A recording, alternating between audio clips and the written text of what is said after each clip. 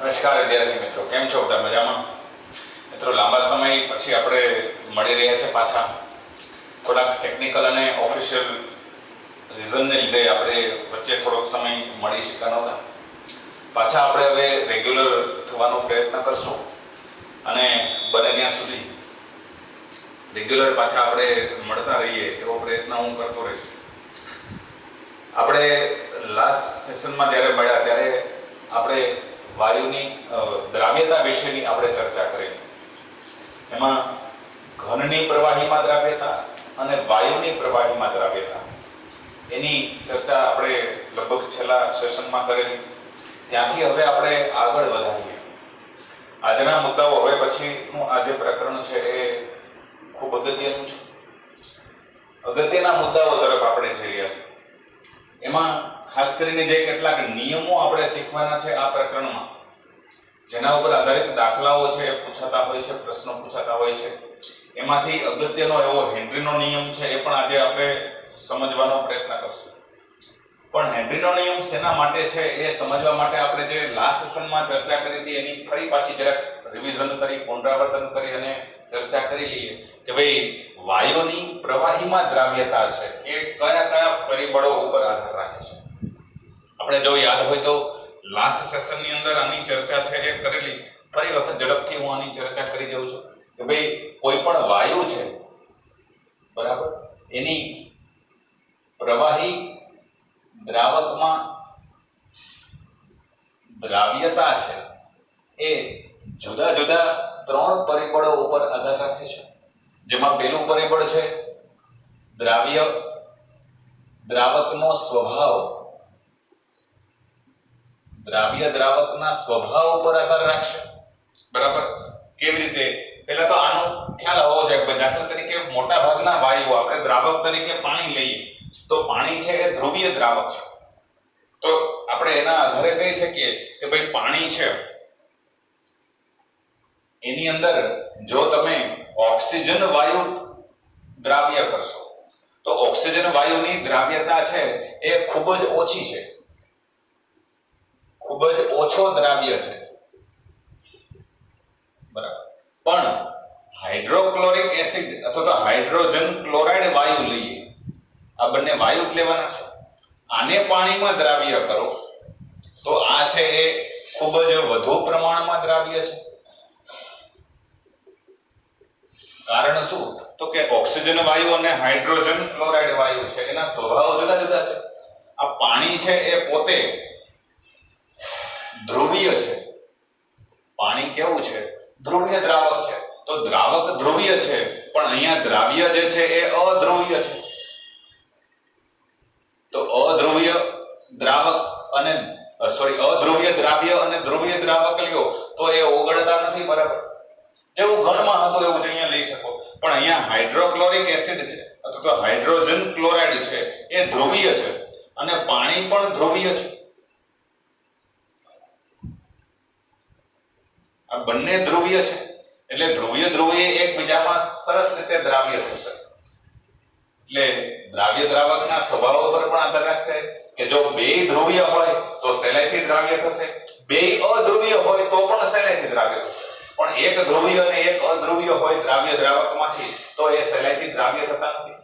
પાણીની અંદર ઓક્સિજન વાયુ ઓગળે છે પણ ઓછા પ્રમાણમાં, થોડા ઘણા પ્રમાણમાં ઓગળે છે અને એ ઓગળેલા ઓક્સિજન વાયુનો જ જળચર સજીવો જે છે, પાણીમાં રહેતા સજીવો છે, વનસ્પતિઓ, પ્રાણીઓ, એ શ્વસન ક્રિયામાં ઉપયોગ કરતા હોય છે. મોટે ભાગે તમે જોયું હોય.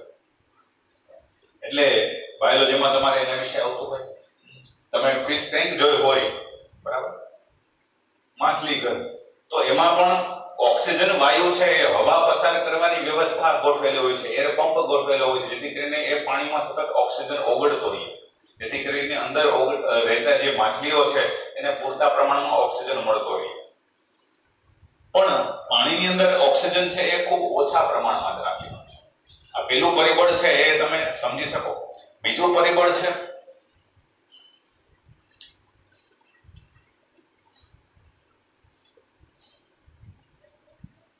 દબાણ. ઘનની પ્રવાહીમાં દ્રાવ્યતા લ્યો તો એમાં દબાણનું પરિબળ બહુ અસર નથી કરતું, પણ અહીંયા દબાણનું પરિબળ અસર કરશે. મોટે ભાગે આપણે જોયું છે કે આમાં શું થશે તો કે જેમ દબાણ છે એ દ્રાવ્યતાના સમપ્રમાણમાં હશે. મોટે ભાગે તમને એવું જોવા મળશે કે દબાણ વધારો તો દ્રાવ્યતા છે એ પણ વધશે. અને એટલે જ આપણે આનું ઉદાહરણ છે એ જોયું હતું. આપણે જે હેનરીનો નિયમ જોવાનો છે એ આના લગતો જ છે. હેનરીનો નિયમ છે એ આના માટેનો જ છે. આ જ વસ્તુ છે એ સમજાવે છે દબાણની પરિબળની અસર. ઠંડા પીણાઓની અંદર ઊંચા દબાણે છે એ વાયુ પસાર કરવામાં આવે છે. કોલ્ડ ડ્રિંક્સ લ્યો તો એની અંદર કાર્બન ડાયોક્સાઇડ વાયુ હોય છે એ ઊંચા દબાણે છે એ ભરેલો હોય છે. તમે ઢાંકણો ખોલી નાખો, દબાણ હળવું થઈ જાય, ગેસ બધો બહાર નીકળી જશે, દ્રાવ્યતા ઘટી જશે. સમજાશે? આના વિશે આગળ આપણે હજી ચર્ચા કરશું. ત્રીજું પરિબળ છે તાપમાન. તાપમાન ઉપર પણ આધાર રાખશે.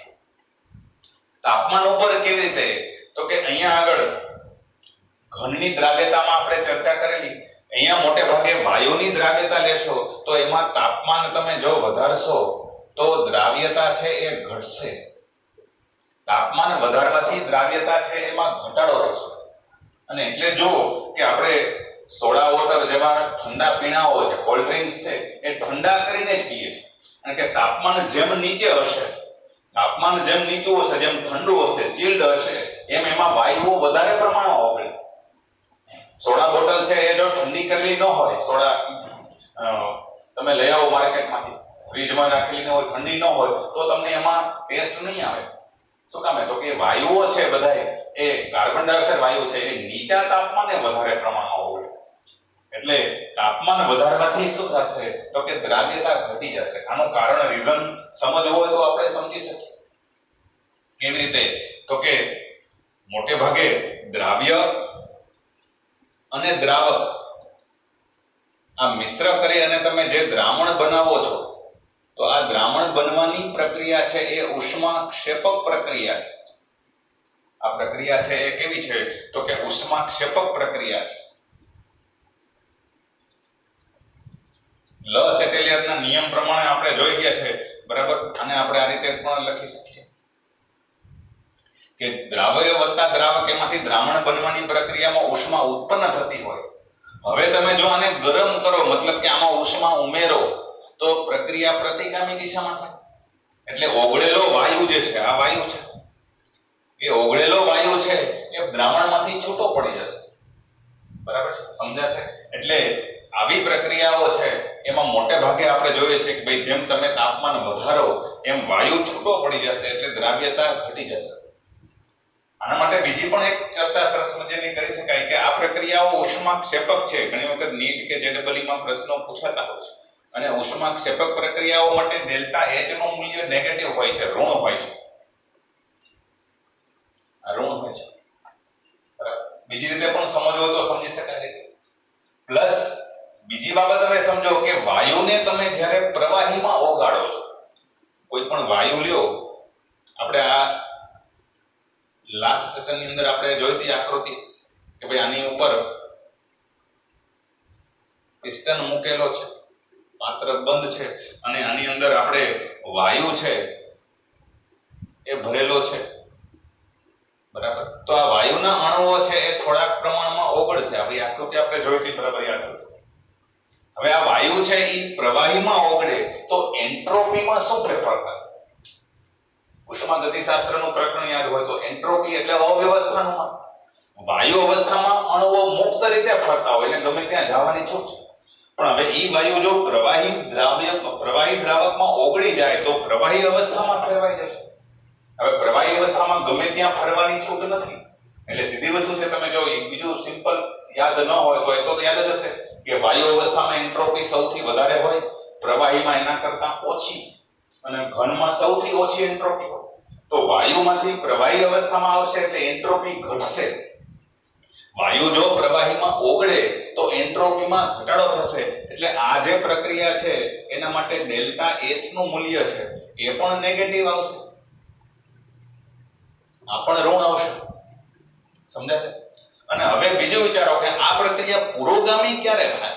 ઉષ્માગતિશાસ્ત્રના સંદર્ભમાં વિચારો. આ પ્રક્રિયા પુરોગામી ક્યારે થાય? તો કે પુરોગામી આપમેળે થવા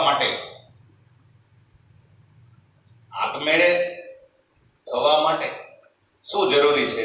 તો કે ડેલ્ટા જી નું મૂલ્ય છે એ નેગેટિવ થવું જોઈએ, એ પણ ઋણ થવું જોઈએ. બરાબર, આ બે તો ઓલરેડી ઋણ છે જ, પણ આ પ્રક્રિયા આપમેળે ક્યારે થઈ શકે? તો કે ડેલ્ટા જી નું મૂલ્ય ઋણ થાય તો. હવે એના માટે વિચારો કે ડેલ્ટા જી નું મૂલ્ય ઋણ ક્યારે થાય? ડેલ્ટા જી નું મૂલ્ય ઋણ ક્યારે થઈ શકે?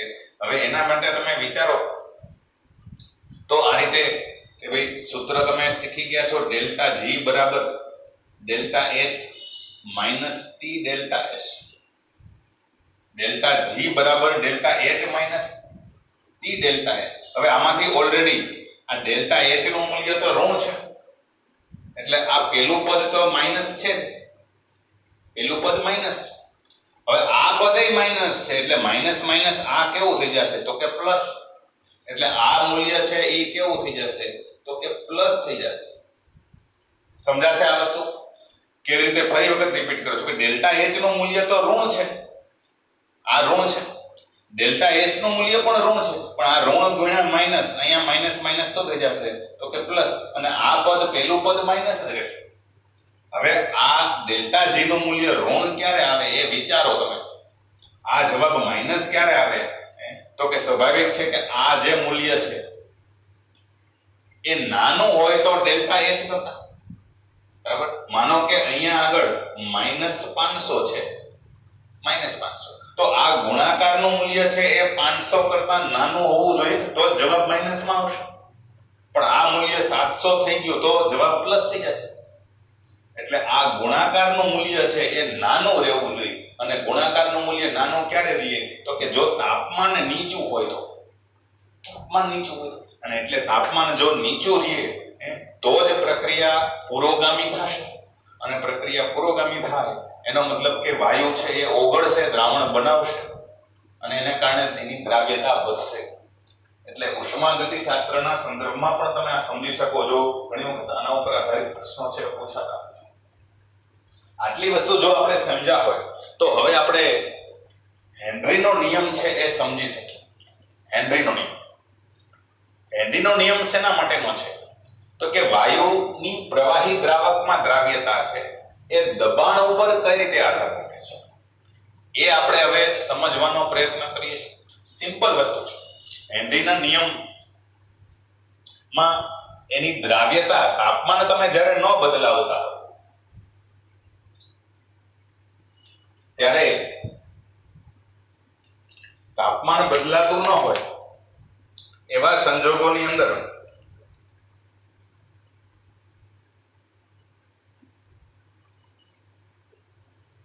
હેનરીનો નિયમ છે એ શેના માટેનો છે પહેલા એ સમજી લેજો. હેનરીનો નિયમ છે તો કે વાયુની, ટૂંકમાં આપણે જો કેવું હોય તો ખાલી એટલું કહી શકીએ કે ભાઈ વાયુની દ્રાવ્યતા છે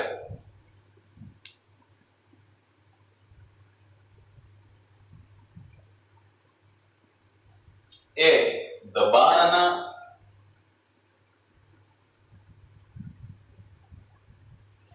સમપ્રમાણમાં હોય છે. આંશિક દબાણના સમપ્રમાણ. આ પ્રમાણે દ્રાવ્યતા અને દબાણ વચ્ચેનો સંબંધ છે. સાવ ટૂંકમાં કહીએ તો કે ભાઈ વાયુની દ્રાવ્યતા છે એ દબાણ ઉપર કઈ રીતે આધાર રાખે છે. શબ્દોની અંદર જો તમારે આ નિયમને લખવો હોય તો તમે આ રીતે લખી શકો કે ભાઈ બાષ્પ કલાની અંદર, બાષ્પ કલામાં વાયુનું આંશિક દબાણ, બાષ્પ કલાની અંદર વાયુનું આંશિક દબાણને આપણે પી કહીએ. સ્મોલ પી સંકેત વડે આપણે એને દર્શાવીએ તો એ આંશિક દબાણ છે દ્રાવણમાંના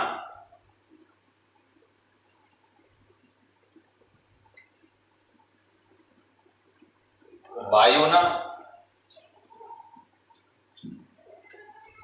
મોલ અંશના સમપ્રમાણમાં હોય છે.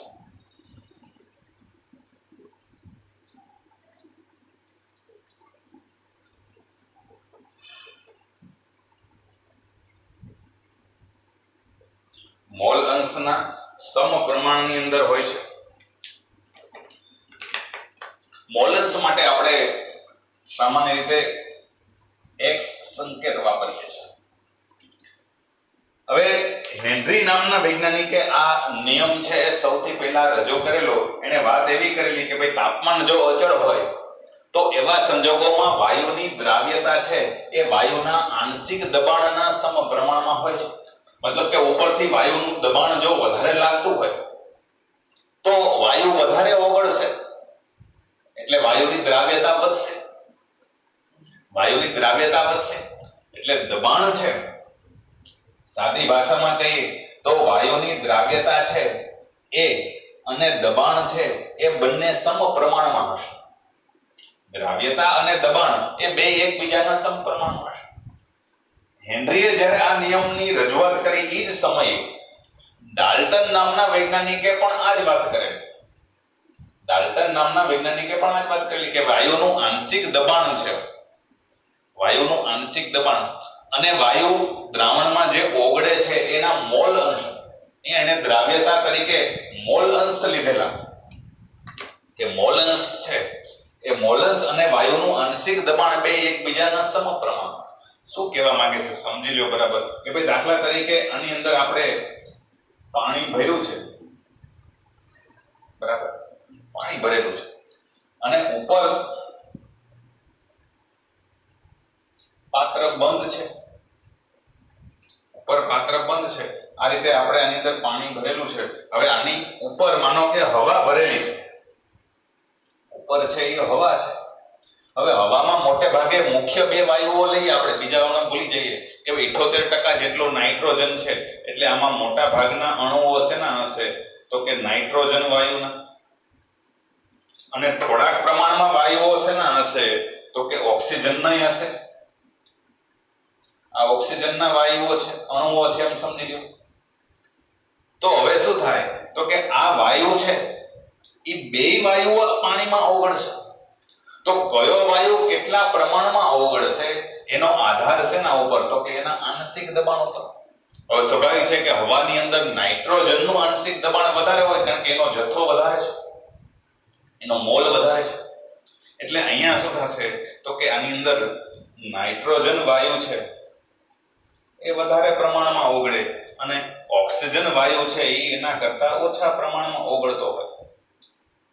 ઓછા વાયુ કોઈ પણ કેટલો ઓગળશે એનો આધાર એના આંશિક દબાણ ઉપર છે. એના આંશિક દબાણના સમપ્રમાણમાં છે. સિમ્પલ વસ્તુ આ જો સમજાતી હોય. હવે દ્રાવ્યતા છે આ, બરાબર, દ્રાવ્યતા એટલે આપણે આગળ સમજાતા દ્રાવ્યતા એટલે એની મહત્તમ સાંદ્રતા છે કે સાંદ્રતા છે. હવે સાંદ્રતા માપવા માટે તમે કોઈ પણ ટર્મ લઈ શકો. આપણે સાંદ્રતા માપવા માટે જુદી જુદી 10 થી 11 ટર્મ્સ જોઈતી. ગ્રામ પ્રતિ લિટર, મોલારિટી, નોર્માલિટી, મોલન્સ, મોલાલિટી. અહીંયા આગળ હેનરીએ કઈ ટર્મ લીધેલી છે તો કે મોલ અંશ. એટલે આપણે દ્રાવ્યતાની જગ્યાએ બરાબર મોલ અંશ લખી શકીએ. કોના તો કે વાયુના. દ્રાવણમાં જે વાયુ ઓગળેલો છે એ દ્રાવણમાં વાયુના મોલ અંશ એના સમપ્રમાણમાં હોય છે. આ જ વસ્તુ છે, બરાબર, એનું આ ગાણિતિક સ્વરૂપ થઈ ગયું. મોલ અંશને આપણે સંકેતમાં x સંકેત વડે દર્શાવીએ છીએ એટલે થશે p proportional to x. વિચારો જો આ જે નિયમ છે આ નિયમનું આ ગાણિતિક સ્વરૂપ થઈ ગયું. p એટલે શું છે તો કે બાષ્પ કલામાં વાયુનું આંશિક દબાણ. અહીંયા આપણે જે લીધું છે આમાં એ આંશિક દબાણ લેવાનું છે. આમાં જે દબાણ હોય આમાં નાઇટ્રોજન વાયુનું દબાણ કેટલું, આમાં ઓક્સિજન વાયુનું દબાણ કેટલું, એ આંશિક દબાણ લેવાનું છે. તો આ બાષ્પ કલામાં વાયુનું આંશિક દબાણ એ દ્રાવણમાં જે વાયુ ઓગળેલો છે અહીંયા જેટલું દબાણ લાગતું હશે એના પ્રમાણમાં જ અહીંયા વાયુ ઓગળશે એટલે દ્રાવણમાં વાયુના મોલન્સના સમપ્રમાણમાં હશે. અહીંયા દબાણ છે એ વધારે હશે તો મોલન્સ પણ વધારે હશે અને દબાણ જો ઓછું હશે તો અહીંયા વાયુના મોલન્સ પણ ઓછા હશે. એટલે અહીંયાથી તમારે p માપવાનું છે અને આમાં તમારે માપવાનું છે x એટલે મોલન્સ. એટલે p proportional to x થશે. આને હેનરીનો નિયમ કહેવાય છે. બહુ સિમ્પલ છે. હવે ચલનનો સંકેત દૂર કરવો હોય તો તમારે શું કરવું પડે? તો કે એક અચળાંક મૂકવો પડે, અને અચળાંક એટલે kh. જ્યાં kh એટલે શું છે? તો કે kh એટલે હેનરી અચળાંક કહેવાય છે. હેનરી અચળાંક. આ જે સમીકરણ છે આ હેનરીના નિયમનું ગાણિતિક સ્વરૂપ છે.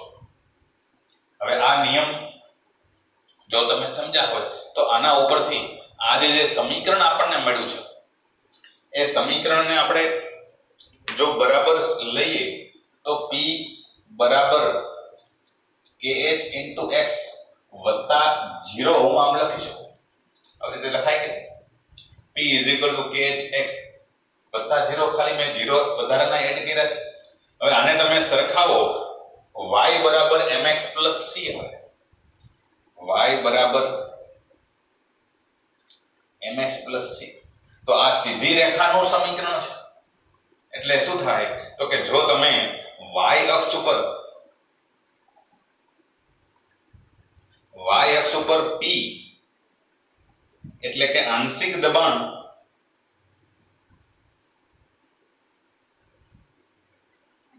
અને x અક્ષ ઉપર વાયુના મોલ અંશ x ની જગ્યાએ શું છે તો કે મોલ અંશ સરખામણી કરશો તો આ પ્રમાણે થશે કે y અક્ષ ઉપર શું આવશે તો કે p, x અક્ષ ઉપર શું આવશે તો કે x જ એટલે કે મોલ અંશ. બરાબર. તો આ સીધી રેખાનું સમીકરણ છે એટલે આનો આલેખ તમે દોરો p વિરુદ્ધ x નો તો એ પણ સીધી રેખા મળે. અને એ y અક્ષને ક્યાં છે એનો આંતરછેદ એનો આંતરછેદ છે એ 0 થશે. આ પ્રકારની સીધી રેખા મળશે. આ c નું મૂલ્ય મળે છે c. અને m એટલે kh. m એટલે શું થાય તો કે એનો ઢાળ. ઢાળ એટલે શું મળશે તો કે kh હેનરી અચળાંક. એટલે જો તમે આંશિક દબાણ વિરુદ્ધ મોલ અંશનો આલેખ દોરશો તો એ આવી સીધી રેખા મળશે. ક્યાંથી તો કે ઉગમ બિંદુમાંથી પસાર થાય એવી. અહીંયા ઉગમ બિંદુ છે 0. ઉગમ બિંદુમાંથી પસાર થાય એવી સીધી રેખા મળશે. અને એના ઢાળનું મૂલ્ય છે એ kh નું મૂલ્ય મળશે.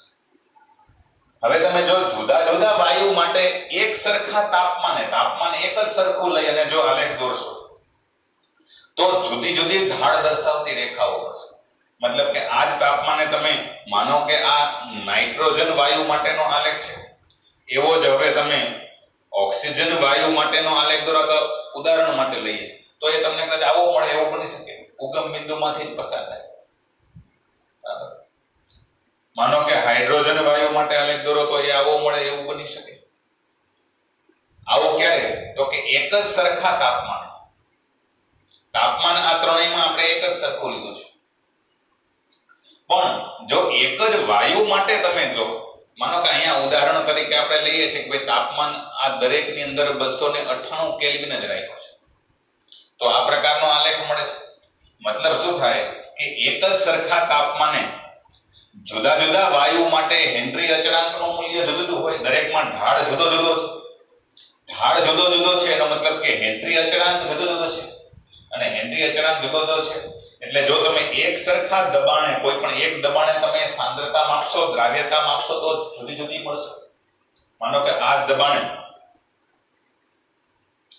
તમે હાઇડ્રોજન વાયુની દ્રાવ્યતા માપો તો આટલી મળશે.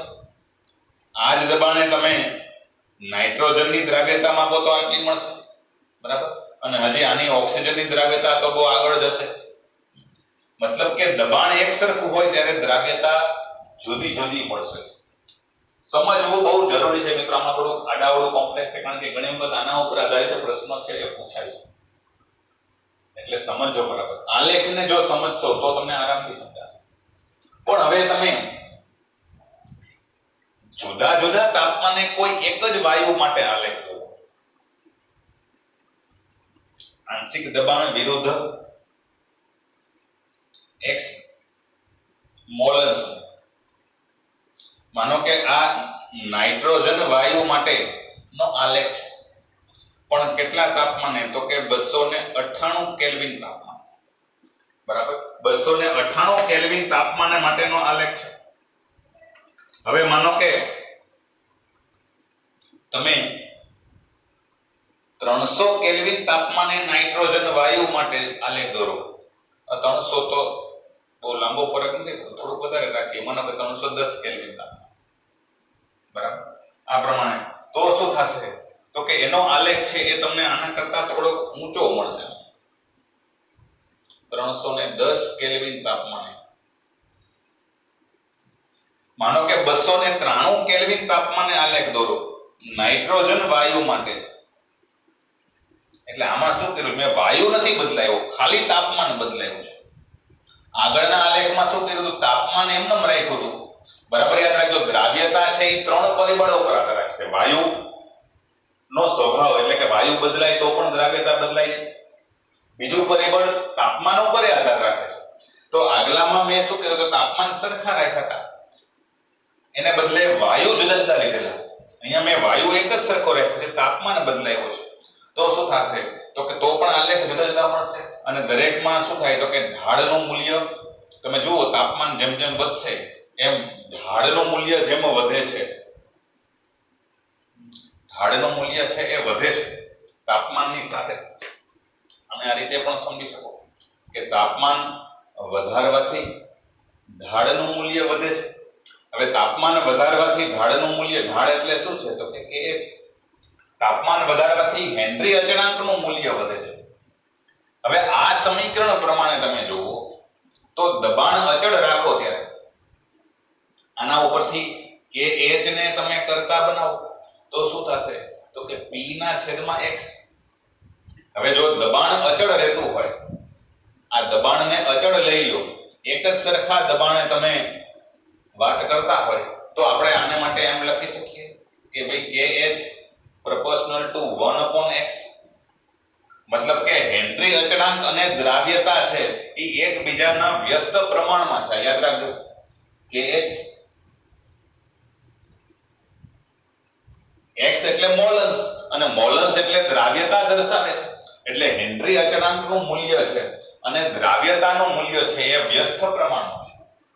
તાપમાન વધારવાથી હેનરી અચળાંક વધે છે તો પછી શું થશે? તો કે તાપમાન વધારવાથી દ્રાવ્યતા ઘટશે. આ વધે છે તો આ ઘટશે. સમજાશે? આ તમારે ખાસ યાદ રાખવાનું છે, બહુ મહત્વનું છે કે જો તાપમાન વધે તો હેનરી અચળાંકનું મૂલ્ય વધશે અને દ્રાવ્યતાનું મૂલ્ય ઘટશે. દબાણ એક સરખું હોય ત્યારે, એક જ સરખા દબાણે કોઈ પણ માટે તમે લેશો, માનો કે આ જ દબાણે તમે ત્રણેય માટે લેશો તો દબાણનું મૂલ્ય ફિક્સ છે. તો એવા સંજોગોમાં, બરાબર, તાપમાન જેમ વધશે, અહીંયા તાપમાન વધારે છે તો અહીંયા દ્રાવ્યતા જુઓ સૌથી ઓછી છે, અહીંયા તાપમાન છે એ સૌથી નીચું છે તો દ્રાવ્યતા સૌથી વધારે મળશે. અહીંયા તાપમાન વચ્ચેનું છે તો દ્રાવ્યતા પણ વચ્ચેની આવશે. સમજમાં આવશે? આલેખ ઉપરથી સમજો. ન સમજાય તો આટલું ખાસ યાદ રાખજો કે તાપમાન વધારવાથી હેનરી અચળાંકનું મૂલ્ય વધશે એટલે શું થાય? તો કે તમે આમે શોર્ટ ટ્રીક તરીકે લખી શકો. અને હજી આગળ લખો તો હજી આગળ તાપમાન આટલું ઉમેરી દો.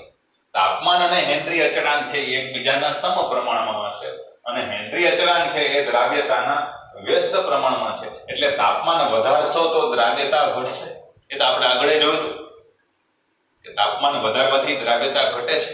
વાયુઓ નીચા તાપમાને વધુ દ્રાવ્ય હોય અને એટલે જળચર સજીવો, તમે કદાચ વાંચશો કે ટૂંકમાં ઉલ્લેખ કર્યો છે કે જળચર સજીવો હોય માછલીઓ જેવા એ ઠંડા પાણીમાં વધારે રહી શકે, ગરમ પાણીમાં બહુ ન રહી શકે. ગરમ પાણીમાં શું કામ? તો કે એમાં ઓક્સિજન વાયુ ઓછો ઓગળે, ઓક્સિજન એને પૂરતો મળે નહીં. ઠંડામાં વધુ ઓગળે એટલે વધારે પ્રમાણમાં એને શ્વસન કરવામાં સરળતા. તો આ હેનરીના નિયમની ખાસ મહત્વની બાબતો છે એ આપણે પૂરી કરી છે. મુદ્દાઓને બરાબર સમજશો તો બહુ જરાય અઘરું નથી. સૂત્ર હેનરીના નિયમનું બહુ સિમ્પલ છે. આ હેનરીના નિયમનું સૂત્ર યાદ રાખવાનું છે ખાસ તો, અને એ દાખલાઓમાં આપણને ઉપયોગી થાય. P = KH * X. આ સૂત્રને હજી આગળ આપણે એક્સટેન્ડ કરવું હોય તો કરી શકીએ દાખલાઓ ગણવા માટે. આપણે સૂત્ર શું લખ્યું છે હેનરીના નિયમનું કે ભાઈ P = KH × X, બરાબર. હવે X એટલે તો કે વાયુના મોલ અંશ. તો વાયુના મોલ અંશ માટે આપણે આ રીતે લખી શકીએ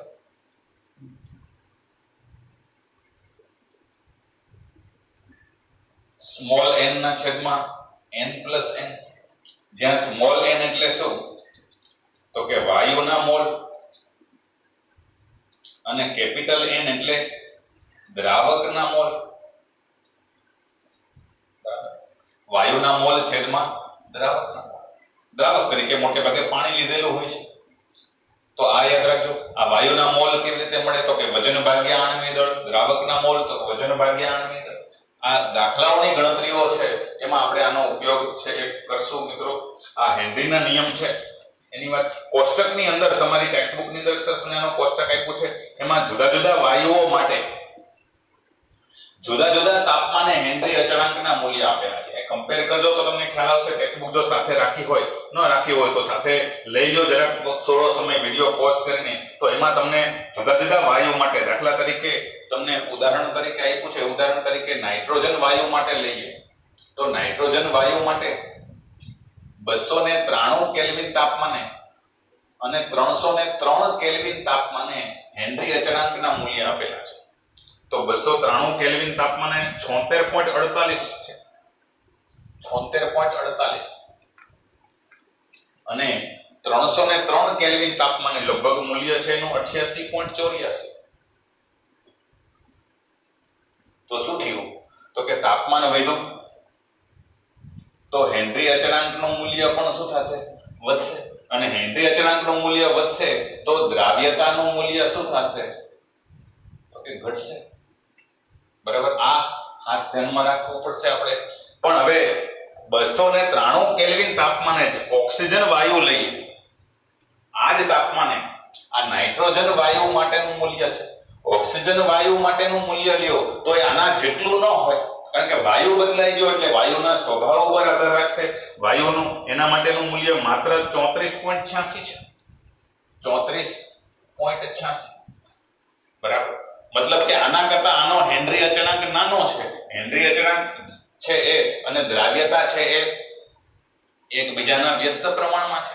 એટલે આપણે એવું કહી શકીએ કે 293 કેલ્વિન તાપમાને નાઇટ્રોજન વાયુ કરતા ઓક્સિજન વાયુની દ્રાવ્યતા વધારે હશે, કારણ કે હેનરી અચળાંક નાનો છે. હેનરી અચળાંક નાનો મતલબ દ્રાવ્યતા એની વધારે હશે. 303 કેલ્વિન તાપમાને મૂલ્ય 46.82 થાય છે. તો આ તાપમાને પણ એની દ્રાવ્યતા વધારે છે. મતલબ કે આની દ્રાવ્યતા ઓછી છે, આની દ્રાવ્યતા વધારે છે. કમ્પેર કરી શકો તમે હેનરી અચળાંકના આધારે. આ સમજાવવું ખાસ જરૂરી છે. કમ્પેરિઝન કરવી હોય વાયુની દ્રાવ્યતાની તો તમે હેનરી અચળાંકના આધારે કહી શકો કે કયો વાયુ છે એ પ્રવાહીમાં વધારે પ્રમાણમાં દ્રાવ્ય છે, કયો વાયુ છે એ ઓછા પ્રમાણમાં દ્રાવ્ય છે. લાસ્ટ છેલ્લે તમારે હવે હેનરીના નિયમ માટે એની ઉપયોગિતા છે એ આપેલી છે અને એ થોડીક ચર્ચા કરી અને આપણે આજનું સેશન છે એ પૂર્ણ કરીએ. હેનરીના નિયમની ઉપયોગિતા જો પૂછે તો એની અંદર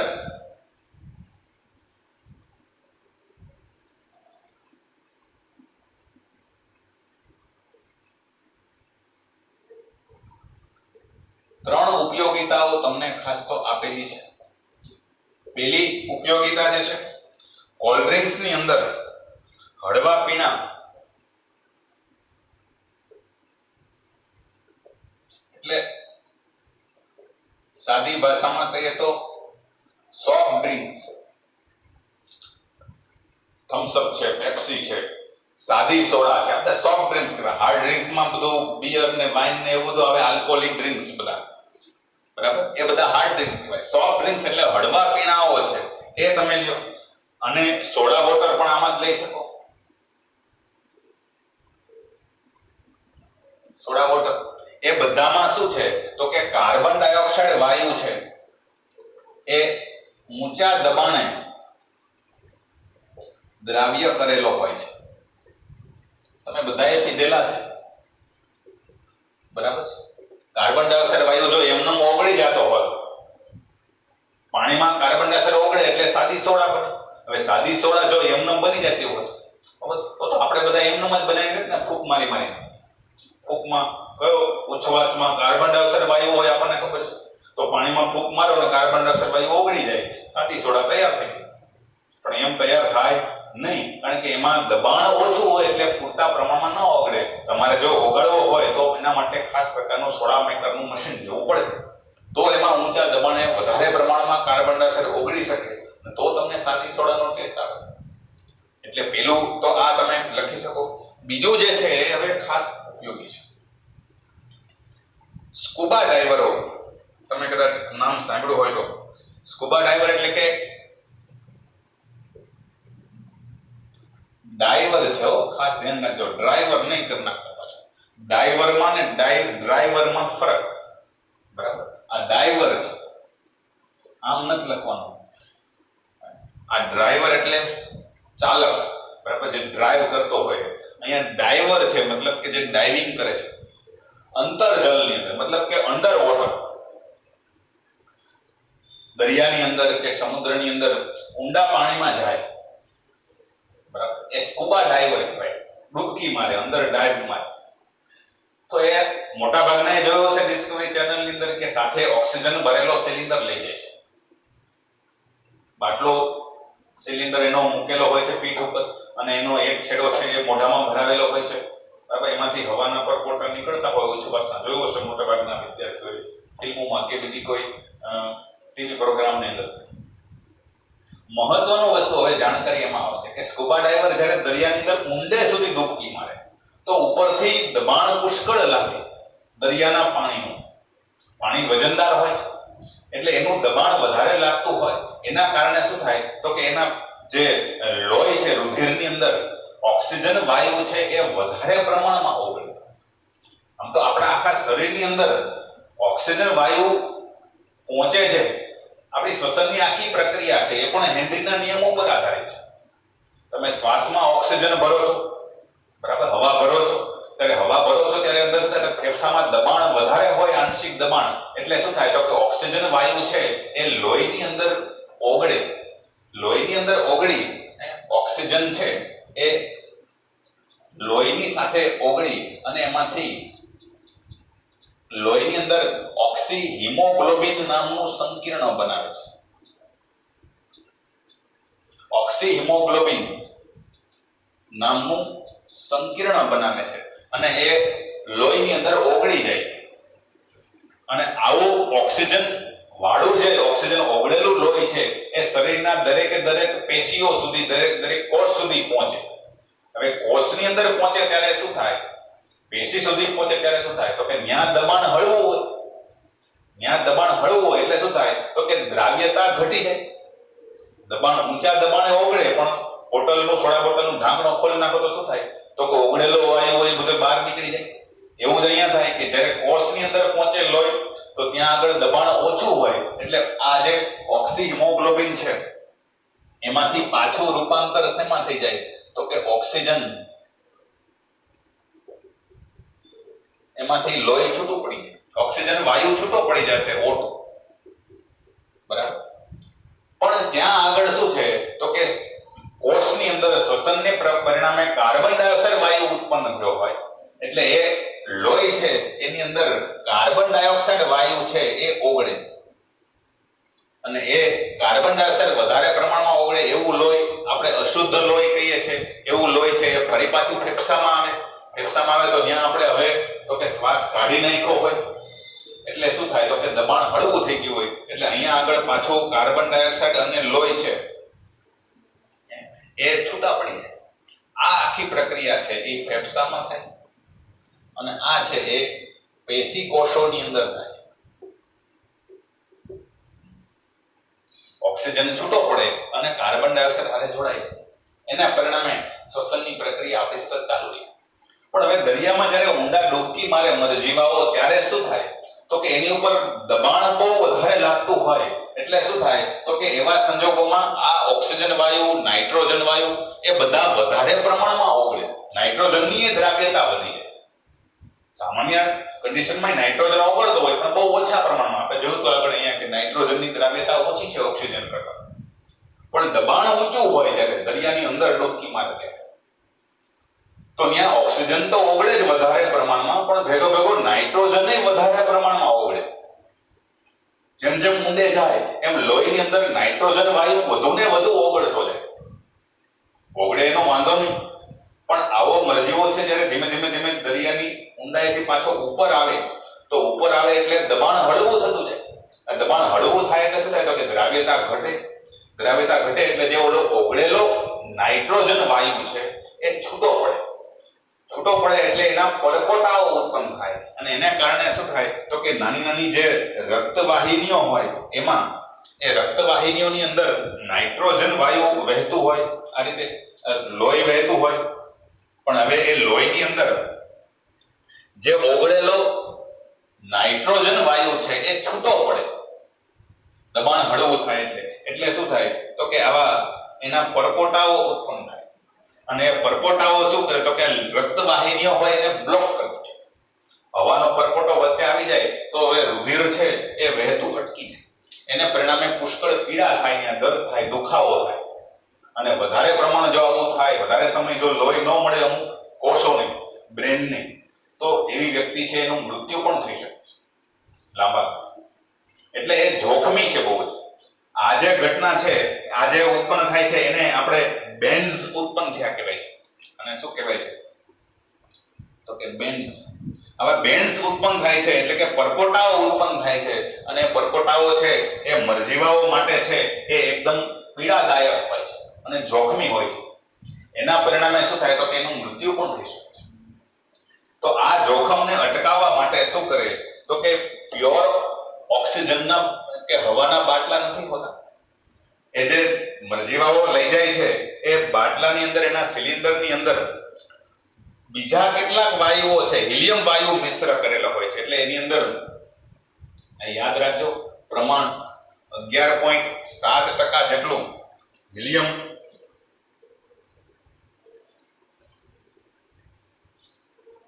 11.7% હિલિયમ, 56.2% જેટલો નાઇટ્રોજન અને 32.1% જેટલો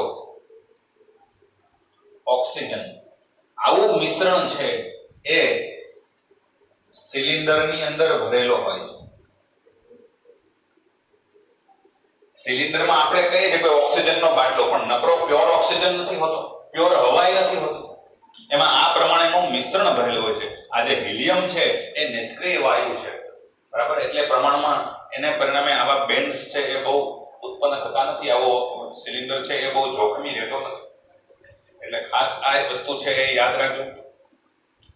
આ પ્રમાણ ઘણી વખત એમસીક્યુ માં પૂછાય છે એટલે એ પણ ખાસ યાદ રાખજો. ત્રીજો લાસ્ટ ઉપયોગ કીધો છે કે આના કરતા વિરુદ્ધ પરિસ્થિતિ થાય. વિરુદ્ધ પરિસ્થિતિ જ્યારે પર્વતારોહકો જ્યારે ઊંચાઈ ઉપર જાય ત્યારે પર્વતારોહકો છે એ માનો કે કોઈ એવરેસ્ટ શિખર સર કરવા માટે જાય છે, બરાબર.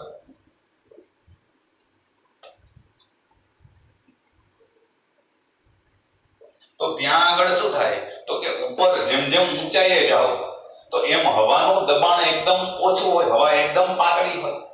હવાનું દબાણ ઓછું હોય એટલે તો કે હવાનો ફેફસા શ્વાસમાં હવા લે પણ દબાણ નથી, દબાણ ખૂબ ઓછું છે, વાયુની ઘનતા ખૂબ જ ઓછી છે, દબાણ ઓછું છે એટલે ઓછા પ્રમાણમાં ઓક્સિજન વાયુ ઓગળે. ઊંડો શ્વાસ લઈએ તો પણ એમાં ઓક્સિજન વાયુના અણુઓ એટલા પ્રમાણમાં જાય નહીં શ્વાસમાં, કારણ કે હવા એકદમ પાતળી છે. એટલે શું થાય તો કે લોહીની અંદર ઓક્સિજન વાયુ ઓછો ઓગળે. લોહીની અંદર ઓક્સિજન વાયુ જો ઓછો ઓગળે તો શરીરના જુદા જુદા કોષને પૂરતા પ્રમાણમાં ઓક્સિજન મળે નહીં. પૂરતા પ્રમાણમાં ઓક્સિજન ન મળે, ઓક્સિજન તો પ્રાણવાયુ છે, ઓક્સિજન મળવો ખાસ જરૂરી છે. ઓક્સિજન વાયુ ન મળે તો એના પરિણામે ધીમે ધીમે એક અલગ પ્રકારની પરિસ્થિતિ છે એ ઉત્પન્ન થાય છે જેને એનોક્સિયા કહેવાય છે.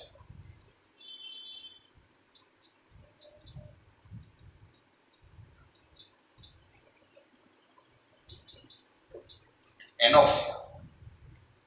આની અંદર શું થાય તો કે બ્રેઇન, ખાસ કરીને ઊંચા જે કોષો છે, નીચે તો વાંધો ન આવે, પણ ઉપરના જે કોષો છે ફેફસાથી, ત્યાં આગળ પૂરતા પ્રમાણમાં ઓક્સિજન પહોંચે નહીં.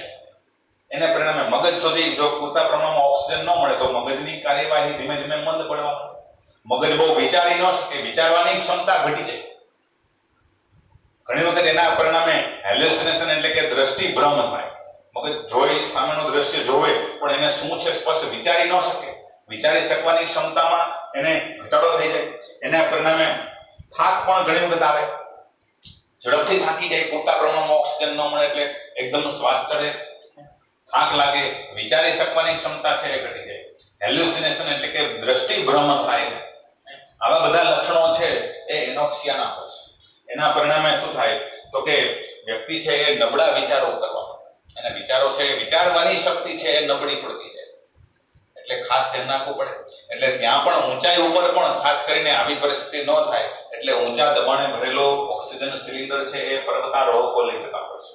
કારણ કે કુદરતી રીતે એ શ્વાસોશ્વાસની પ્રક્રિયા છે સરળતાથી ન કરી શકે. એટલે એના માટેના પણ ઓક્સિજન સિલિન્ડર છે એ સાથે પર્વતારોહકો છે એ રાખતા હોય છે. જેથી કરીને આવી પરિસ્થિતિનું નિર્માણ ન થાય, એનોક્સિયા ન થાય. બરાબર. તો આ એના ઉપયોગો છે મિત્રો ત્રણ. ખાસ કરીને એની ચર્ચા તમારી ટેક્સ્ટબુકમાં કરેલી છે, સમજો તો એ ખાસ બહુ અઘરું નથી.